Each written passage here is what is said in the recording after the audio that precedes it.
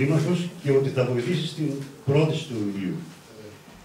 Παρακαλώ τον Αντιπρόεδρο της Ομοσπονδίας Ερευνητικών Συλλόγων Θεσσαλονίκης, η οποία πάντοτε στηρίζει τέτοιες προσπάθειες των συλλόγων μελών της, τον κύριο Τζελιπή Αλέκο.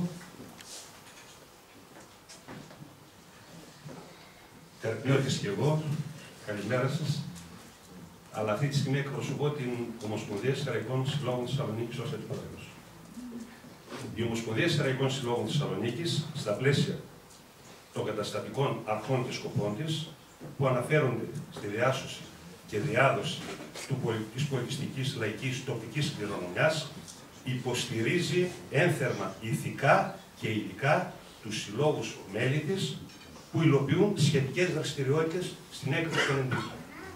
Ενθαρρύνει ανάλογες δράσεις, γιατί πιστεύει ότι σημαντικότερη κατάθεση για κάθε τόπο είναι η αποτύπωση και καταγραφή των ηθών, εθήμων, της ιστορίας γενικότερα, σε όλη τη διαχρονική πορεία του. Γνωρίζουμε πολύ καλά ότι οι μνήμες κάποτε στερεύονται και χάνονται, αλλά τα γραπτά μένουν. Με αυτό το σκεπτικό, το Διοικητικό Συμβούλιο της Ομοσπονδίας Σεραϊκών Συλλόγων Θεσσαλονίκης της 30 Πρώτου του 2011 ομόφωνα αποφάσισε να χρηματοδοτήσει την έκδοση αυτή με ένα ποσό το οποίο είναι ανάλογο των οικονομικών της δυνατοτήτων.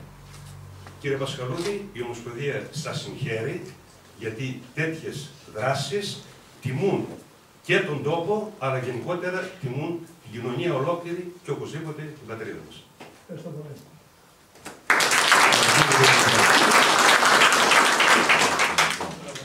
Για τον κύριο Αναστασιάδη και την προσφορά του στο χωριό μας και στο σύλλογό μας, φοβάμαι ότι τα λόγια είναι πολύ φτωχά και πολύ λίγα. Με το εργοστάσιο της Φιμπράν που διατηρεί στο χωριό μας και προσφέρει εργασία σε εκατοντάδες συγχωριανούς μας, με την κατασκευή της υπέρλαμπρης εκκλησίας των Τριών Ιεραρχών, την οποία εγκαινίασε ο Οικονομικός Πατριάρχης κ. Βαρθολομαίος, με την προσφορά του στην εκπαίδευση προσφέροντας την υπηαγωγία και γυμνάσιο, και πρόσφατα με την θεμελίωση πριν από λίγες μέρες του γεροκομείου Τερπνής στα Πεύκα, δίκαια θεωρείται ο μεγάλος ευεργέτης του χωριού μας, οι τερπνιώτες των αγνωμονών. Θα δανειστώ κατά λέξη την άποψη του συγγραφέα στο βιβλίο αυτό, με την οποία συμφωνώ απόλυτα. Αν όσοι διαθέτουν την ίδια ή και μεγαλύτερη οικονομική επιφάνεια τον αντέγραφαν και διαχειριζόταν τον πλούτο τους όπως ο Δημήτρης Αναστασιάδης, η χώρα θα είχε γεμίσει με εστίες οικονομικής ανάπτυξης, η περιφέρεια θα ζωντάνευε, τα χωριά μας δεν θα ερήμωναν και τα σχολεία μας δεν θα έκλειναν το ένα μετά το άλλο. Σήμερα η Τερπνή οφείλει στον Δημήτρη Αναστασιάδη ένα μεγάλο μέρος της οικονομικής δραστηριότητάς της, όπως οφείλει και το γεγονός ότι δεν ερήμωσε όπως τόσα και τόσα χωριά. Ο Δημήτρης Αναστασιάδης είναι τελικά ένα δείγμα για αντιγραφή, λέει ο συγγραφέας, και συμφωνώ απόλυτα.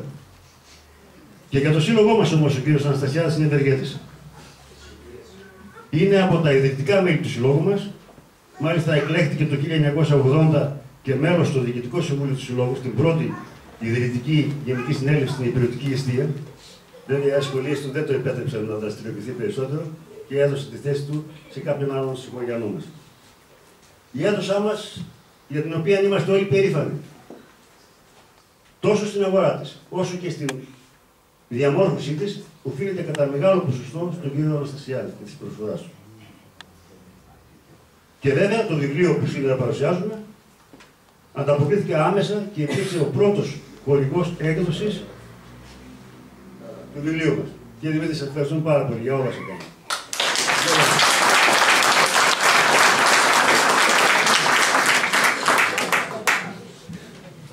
Χρόνια πολλά σε όλους. Χρόνια πολλά σε όλους. Εγώ αισθάνθηκα σήμερα πολύ άσχημα.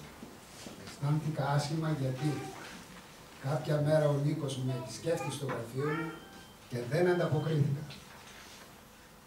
Ζητώ συγγνώμη Νίκο, αλλά ειλικρινά εκείνη την εποχή δεν μπορούσα.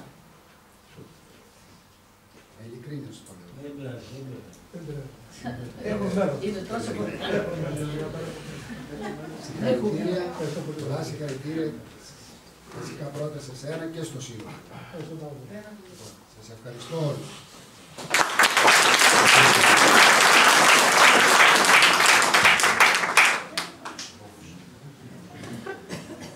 Επίσης να πω ότι σήμερα τιμούν με την παρουσία τους εκπρόσωποι από το Σύλλογο Ροδολιγνών, δεν σας ξέχασα, ο πρόεδρος και μέλη του Συλλόγου Κούμνιο και Οτών Θεσσαλονίκης, ο κύριος Μόκος, μέλος του Διοικητικού Συμβουλίου της Ομοσπονδίας, πάντοτε παρόν. Σας ευχαριστώ πολύ.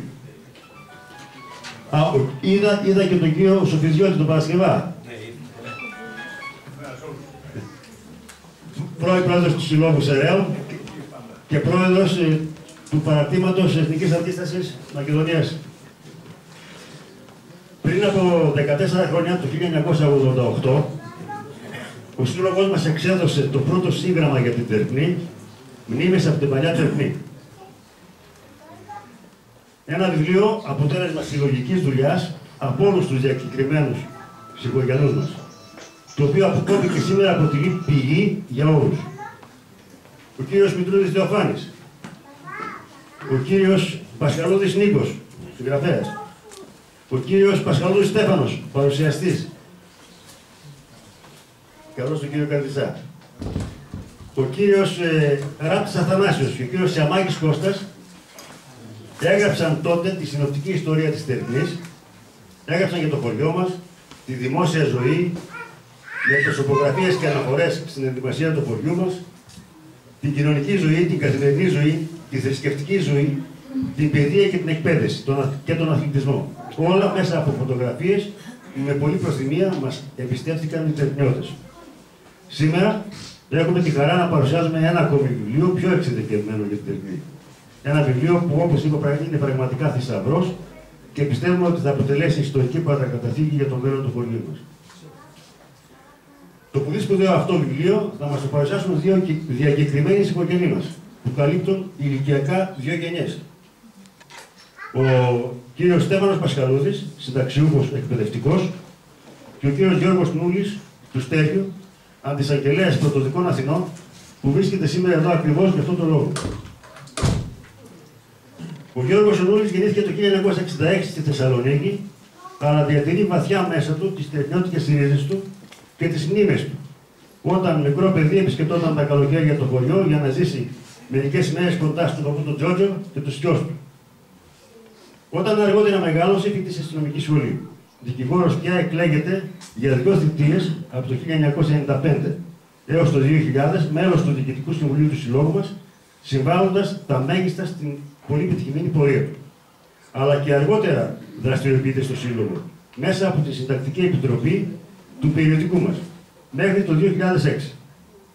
Με το γράψιμό του και τις πρωτοποριακές του ιδέες, δίνει νέα όθηση στο περιοδικό μας και το καταξιώνει στη συνείδηση όλων. Μεταξύ άλλων, καθιέρωσε και τις συνεντεύξεις στο περιοδικό μας σημαντικών προσώπων, όπως του κ. Αναστασιάδη, του αείμνηστου Θανάση Παπαθανασίου, του πτέραχου Αθανάσιου Τινίδη. Το 2005 αναλαμβάνει αφιλοκερδώς την τροποποίηση του καταστατικού του συλλόγου μας. Με λίγα λόγια, ο Γιώργος Νούλης θεωρείται δικό μας άνθρωπος. Είναι άνθρωπος του συλλόγου. Άσκησε το επάγγελμα του δικηγόρου για μια δεκαετία και το 2006 μπαίνει στο δικαστικό κλάδο. Διορίζεται αντισαγγελέας πρωτοδικών στη Θεσσαλονίκη, στη Μυτιλήνη και σήμερα υπηρετεί στην Αθήνα.